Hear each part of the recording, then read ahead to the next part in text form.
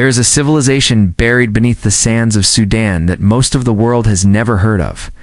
It built pyramids before Egypt built its most famous ones. It produced iron in quantities that supplied a continent.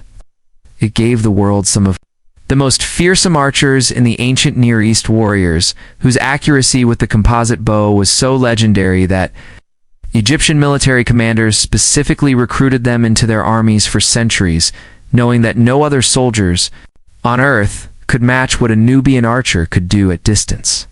It worshipped its own gods, developed its own written script, it's built its own architectural tradition, and governed a territory stretching from the confluence of the Nile's tributaries in the south to the shores of the Mediterranean in the north. For nearly a century, ruled Egypt, not as a colonial power, ministering a foreign population with contempt, not as an occupying force imposing alien culture on a defeated people, but as the legitimate inheritors of Egyptian civilization, as pharaohs who wore the double crown of Upper and Lower Egypt, who performed the ancient rites in the temples that the gods had inhabited for 2,000 years, who were welcomed by a significant portion of the Egyptian religious establishment as the adorers of the proper order that a fractured and politically chaotic Egypt had lost. The Kushite pharaohs of the 25th dynasty, the Black Pharaohs, as they have been called in the modern world's belated rediscovery of their story, ruled Egypt from approximately 747 to 656 BCE. They built more pyramids than any other civilization in African history. They patronized Egyptian art and architecture with a devotion that rivaled the greatest periods of native Egyptian cultural production. They confronted the Assyrian Empire, the most powerful military machine in the ancient Near East, in a series of engagements that tested the limits of what any force on earth could accomplish against the iron-equipped. Siege warfare perfected armies of Nineveh. They lost. Egypt. They returned to their homeland. They endured. For 3,000 years, the Kingdom of Kush, the civilization that had existed in the Nile Valley south of Egypt's traditional borders, since before Egypt's own historical record began, was one of the most durable political entities in African and world history. Through periods of Egyptian domination, and Egyptian imitation, and Egyptian conquest, and Kushite reconquest, through the rise and fall of Assyrian and Persian and Greek and Roman power in the world to its north, the Kushite state maintained its political identity, its religious traditions, its architectural ambitions, and its commercial networks with a persistence that reflects something essential about the civilization's relationship with its land and its gods and its own sense of historical continuity.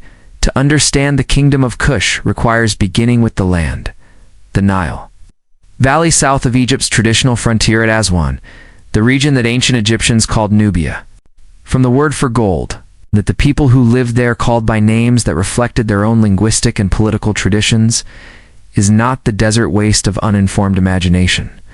The Nile in Sudan flows through a landscape of extraordinary agricultural potential wherever the river's annual flood reaches the bank. The cataracts, the rocky, churning sections of the river where granite outcrops interrupt the smooth flow that divided Egypt from Nubia and created natural frontiers, were not barriers to civilization. They were features of a landscape that supported dense agricultural communities on their banks and provided the natural defense positions around which territorial states could organize. The land was also extraordinarily rich in resources that the ancient world valued above almost everything else: gold. The gold mines of Nubia, whose output supplied the Egyptian economy for centuries and made the region's control a strategic priority for every Egyptian ruler from the Old Kingdom onward, were among the most productive in the ancient world. The word Egypt used for the region Nub, which means gold in the ancient Egyptian language, tells you everything about how the Egyptians perceived their southern neighbor. It was a treasury. It was a source of the precious metal that made Egyptian civilization's material splendor possible: the gold of the royal tombs, the gold of the temple decorations, the gold of the diplomatic gifts that Egyptian pharaohs sent to the rulers of Mesopotamia and the Levant to maintain the alliances that secured Egypt's position in the international order: ivory, ebony, exotic animals, incense, slaves, the luxury, Goods of sub-Saharan Africa moved northward through the Nile Valley. The people who controlled the Nile Valley's southern reaches controlled the trade that supplied the ancient world's appetite for the things that only Africa's interior could provide, and iron. In the last centuries BCE, after the Kushite pharaohs had been expelled from Egypt and had retreated south to their homeland at Meroe, the city on the Nile, between the 5th and 6th cataracts that would become the center of the civilization's late period, the kingdom developed iron smelting technology on an industrial scale that made it one of the most significant iron producers in Africa. The slag heaps at Meroe, the accumulated waste of centuries of iron production, are among the largest ancient industrial sites on the continent.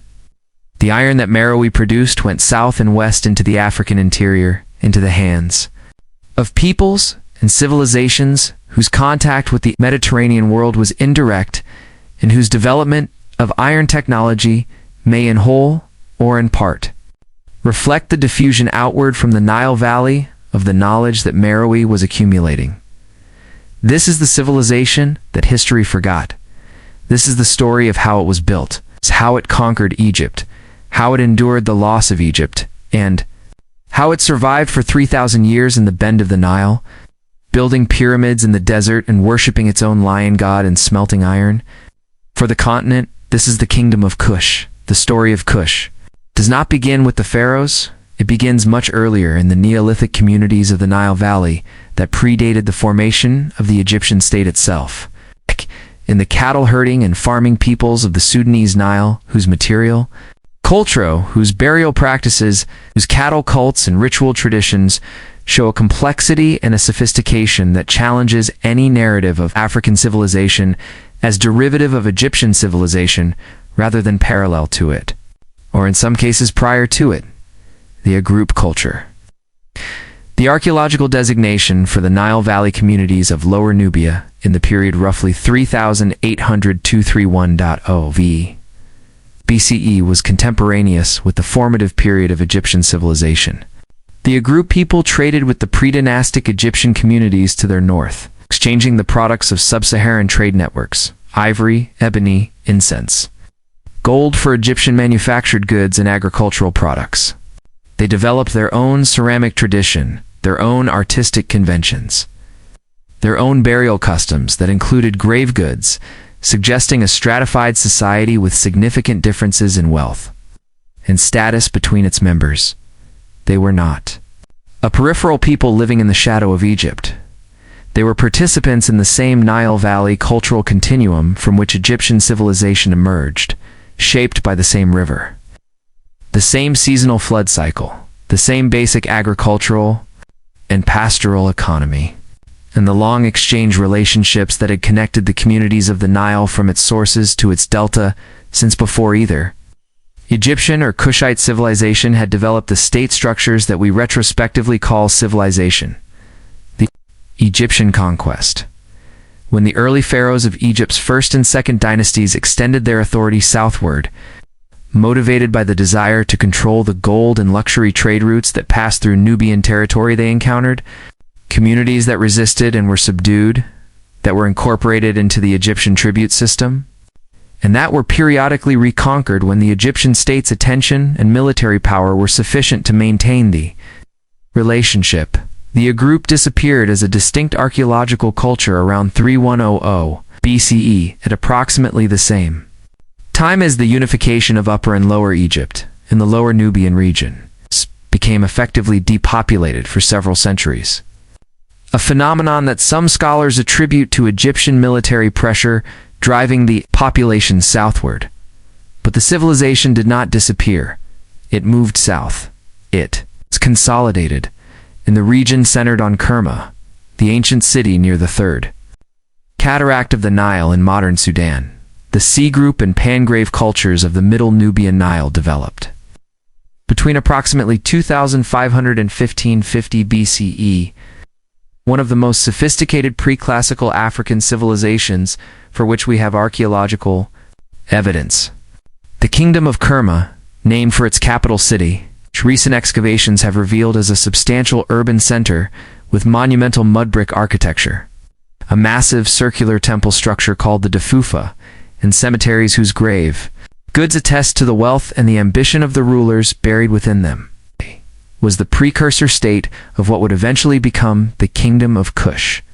Kerma was not an Egyptian tributary or a pale imitation of Egyptian civilization.